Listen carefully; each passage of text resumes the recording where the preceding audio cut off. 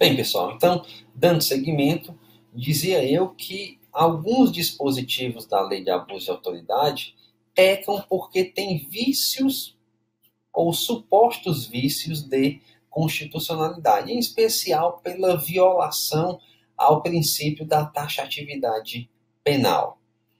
Alega-se, e eu defendo isso em alguns dispositivos, que a vagueza das expressões, a indefinição da conduta que se pretendeu proibir, traz uma insegurança jurídica muito grande, de modo que é legítimo que haja uma insegurança, embora a questão do dolo específico seja uma válvula de escape, mas que ninguém quer chegar a esse ponto. Você quer saber objetivamente, eu posso isso, eu não posso aquilo, e aí fica tudo objetivado, sem que se precise socorrer de escusas quanto ao elemento subjetivo. Vamos aqui então dar uma olhada nesses dispositivos um a um. Começamos pelo artigo 9º, que diz: decretar medida de privação da liberdade em manifesta desconformidade com as hipóteses legais. Detenção de 1 a 4 anos. Percebam, decretar. A primeira dúvida que surge é: esse dispositivo é específico para juízes ou engloba também aí agentes públicos em geral, como promotores, em especial delegados? A mim parece que a acepção ampla do termo justifica que se abranja todos os agentes públicos. E mais, a elementar é decretar a prisão vejam aqui, em manifesta desconformidade com as hipóteses legais. Então, me parece que para uma interpretação segura, e até quem comentou esse artigo lá no livro foi o André Clark, muito bem, me parece que é preciso que ou nós tenhamos uma expressa previsão legal proibindo aquele tipo de prisão, como, por exemplo, no artigo 236, que eu citei para vocês no começo da aula, ou quando a forma da prisão se der mediante a prática de um crime, e aí, portanto, haveria uma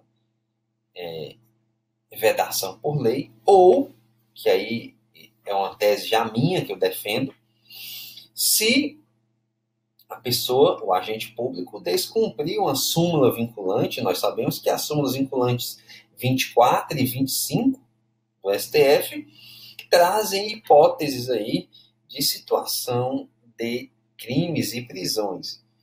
E aí a gente precisaria também dizer, olha, súmula vinculante é algo objetivo. Todo mundo conhece, todos os juízes devem segui-la, todos os membros da administração pública devem segui-lo, e os delegados pertencem à administração pública, de modo que haveria aí, nessa situação, uma objetividade necessária, como no descumprimento por parte dos magistrados de entendimento sedimentado em repercussão geral ou em recurso repetitivo. Essa é a linha que me parece mais segura na interpretação do dispositivo para evitar.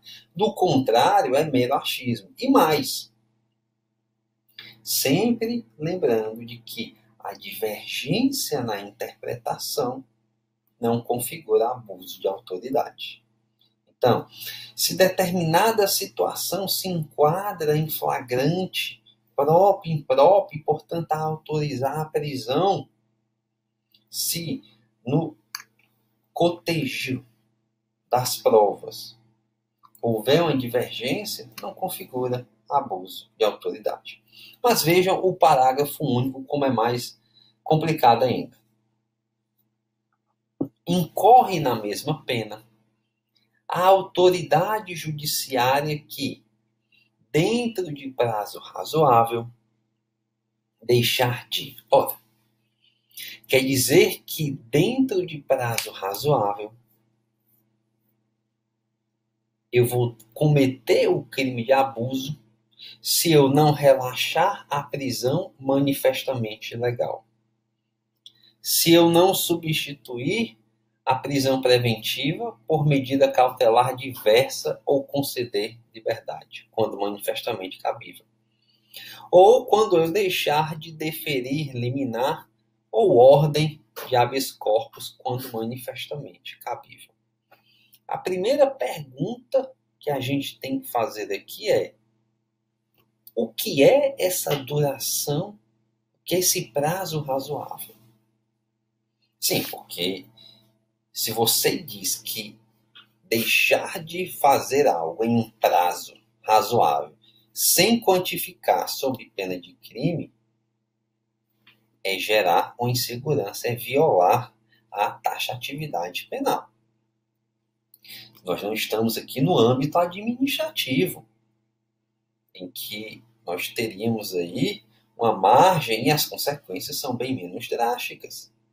Deveria ter feito a lei penal como fez a lei eleitoral, quando quis trazer sanção aos juízes que não julgam as ações que podem gerar cassação do registro.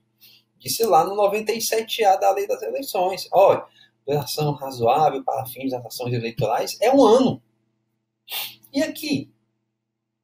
Aí, veja bem, o inciso 1º diz que dentro de prazo razoável deixa de relaxar a prisão manifestamente legal.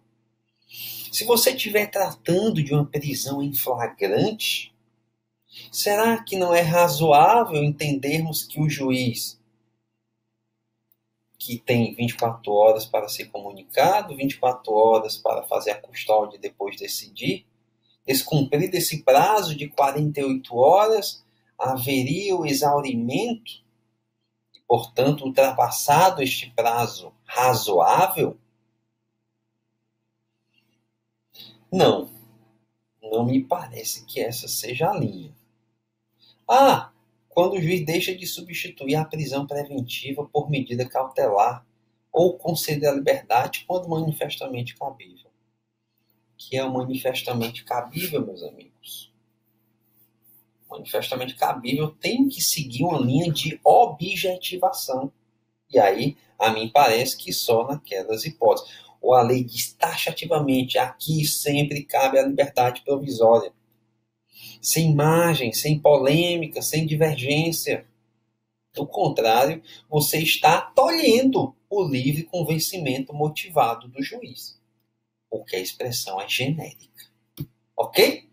A mesma coisa para o inciso 3º. Artigo 9º, nós já trabalhamos aqui, falamos, né? Decretar medida de privação de liberdade em manifesta desconformidade com as hipóteses legais, e aí citei aquela situação do eleitoral, só mesmo para reforço. Temos aí aqui, então, a obtenção e uso de prova manifestamente ilícita. Percebam, artigo 25. Proceder à obtenção de prova em procedimento de investigação ou fiscalização por meio manifestamente ilícito. Mais uma vez, o que é o meio manifestamente ilícito? Aqui, para que nós tenhamos uma objetivação, faz-se necessário também que nós entendamos que é ou contra expressa disposição de lei ou mediante a prática de crimes. Ora, se eu procedo à obtenção de uma prova mediante tortura, ninguém tem dúvida de que esse meio é manifestamente ilícito. Se eu procedo a uma busca e apreensão depois das 20 horas na casa de alguém, é claro que há meio manifestamente ilícito. Nós temos disposições objetivas a proibirem esse tipo de comportamento, de coleta de prova. Então não há dúvidas. O parágrafo único diz que incorre na mesma pena quem faz uso de prova em desfavor do investigado ou fiscalizado com prévio conhecimento de sua ilicitude. Aqui seria algo para você conjugar os desígnios, não é verdade? Ora, eu posso dizer, olha, policial, vai lá, chega junto no cara, dá um recado nele, se precisar, uns tabefes nele, mas traz a confissão. E aí ele traz a confissão e eu tenho conhecimento do meio ilícito de produção daquela prova e mesmo assim eu uso. Claro que, nesse caso, eu devo responder por abuso de autoridade, não é verdade? Então, não tem dúvidas. Perceberam como as penas são baixas? Perceberam aqui? Detenção de 1 a 4 anos. Perceberam no artigo 9º? Detenção de 1 a 4 anos e multa? O que isso significa dizer? Cabe suspensão condicional do processo. E aí, meus amigos, suspensão, o não oferecimento da suspensão, lembrem-se disso, é passível de preclusão. A defesa, na primeira oportunidade que tem para se manifestar sobre a denúncia, se não o fizer, preclui entendimento do STJ aí, tranquilo. Tá bom? É um direito subjetivo do réu? Bem, o Ministério Público tem que apontar as razões pelas quais não está apresentando a suspensão. Se não o fizer, o juiz pode remeter para quem de direito. No caso do abuso de autoridade, vai depender. Se você estiver com a denúncia contra o promotor e o PGJ não ofereceu, quem vai ser o órgão revisor aí? Mas no caso do delegado, não tem dúvida. O promotor é quem denuncia. Se o juiz verificar que o promotor não ofereceu a suspensão, manteve uma recusa imotivada, remete para o PGJ. Beleza? Muito bem. Então vamos em frente, que atrás vem gente. O que mais aqui? Só aqui citando, né, um trecho do livro para ficar amarrado. Tal como ocorre no artigo 9º, a expressão meio manifestamente ilícito, por ser extremamente genérico, não permite que se conheça a priori quais condutas exatamente se quer proibir. Então, mais uma vez, a única salvação para a não declaração de inconstitucionalidade dessa modalidade criminosa é apontar o descumprimento literal de disposição legal, de súmula vinculante ou de teses fixadas em repercussão geral ou em recursos repetitivos, como as únicas situações que permitem o correto enquadramento legal desse crime de abuso de autoridade, se comprovado o dolo específico, já que o descumprimento objetivo desses parâmetros pode ser um erro, até quinia, passível de ser corrigido pela via recursal própria. Entendemos que só pode ser meio manifestamente ilícito, para fins do artigo 25, aquele que constitui crime autônomo, exemplo de tortura ou sequestro. Fora de tais casos aberrantes, o tipo penal não permite que se enquadrem outras ilicitudes como manifestas por absoluta falta de parâmetros para tanto. E aí nós temos o esdrúxulo caso das investigações eleitorais.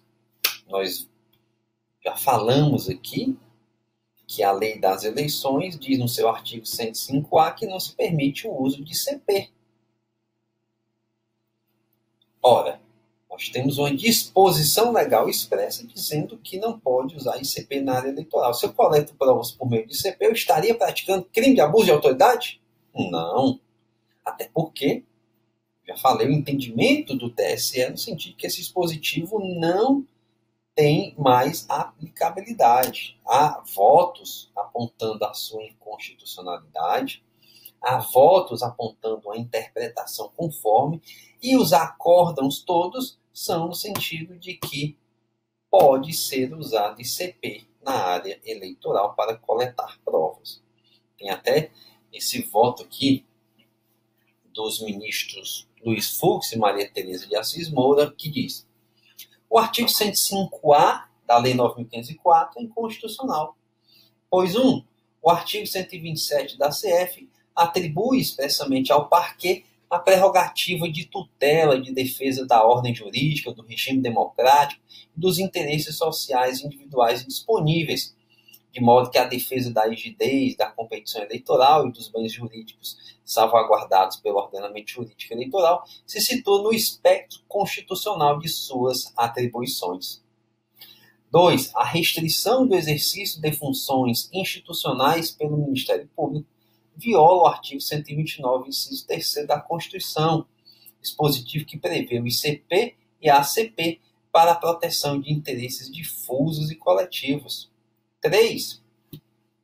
Houve evidente abuso do exercício do poder de legislar ao se afastar em matéria eleitoral os procedimentos da Lei 7347, sob a justificativa de que estes poderiam vir a prejudicar a campanha eleitoral e a atuação política de candidatos. Então, atenção a isso. Há muito receio tocante a esses dispositivos sobre as denúncias anônimas, mas denúncia anônima não é, em hipótese alguma, meio manifestamente ilícito de prova.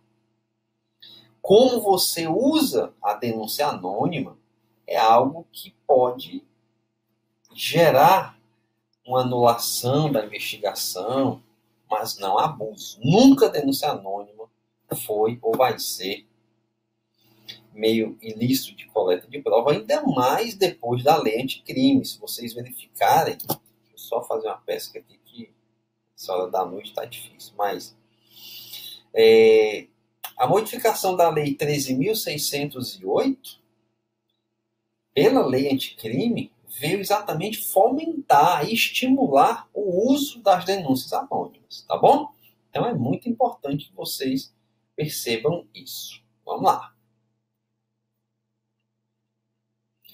Diligências investigativas do Ministério Público em crimes contra a administração pública. Também já falamos disso, né? Comparecimento a repartições públicas não é algo ilegal e deve ser compreendido como meio manifestamente ilícito. E aí o artigo 27, que é outro que gera muito receio, em especial nos promotores. Vejam aqui, artigo 27. Requisitar instauração ou instaurar procedimento investigatório de infração penal ou administrativa em desfavor de alguém, a falta de qualquer indício da prática de crime, de ilícito funcional ou de infração administrativa. E aí foi que surgiu a polêmica. Acabou a possibilidade de nós usarmos a denúncia anônima, porque o tipo fala a falta de qualquer indício. E a denúncia anônima não seria um indício. Se a denúncia anônima não é indício, é o quê? E mais, nós precisamos fazer a diferenciação. O tipo e a jurisprudência, principalmente, dizem: se você estiver diante de uma denúncia anônima de crime, ela não é idônea por si só para justificar a instauração do procedimento. Mas, se você estiver falando de um ilícito cível, de um ilícito administrativo, ela é um caminho para apurações. Na parte cível, o STJ tem jurisprudência consolidada. É possível instaurar inquérito civil público com base em denúncia anônima, somente com base na denúncia anônima. Na área criminal, exige-se a diligência complementar para você ratificar, ainda que superficialmente, aquela denúncia anônima. E na área administrativa, você pode instaurar um procedimento preliminar. O que você não pode instaurar é o processo administrativo disciplinar com base na denúncia anônima exclusivamente. Nós temos até uma súmula recente do STJ, a 611, que trata dessa matéria. Eu fiz até um slidezinho aqui sobre isso. Mas vejam o parágrafo único. Não há crime quando se tratar de sindicância ou investigação preliminar sumária devidamente justificável. E aí a gente tem algumas disposições legais que bloqueiam a possibilidade de incidência. Mas a gente vai continuar no próximo bloco, tá bom? Grande abraço.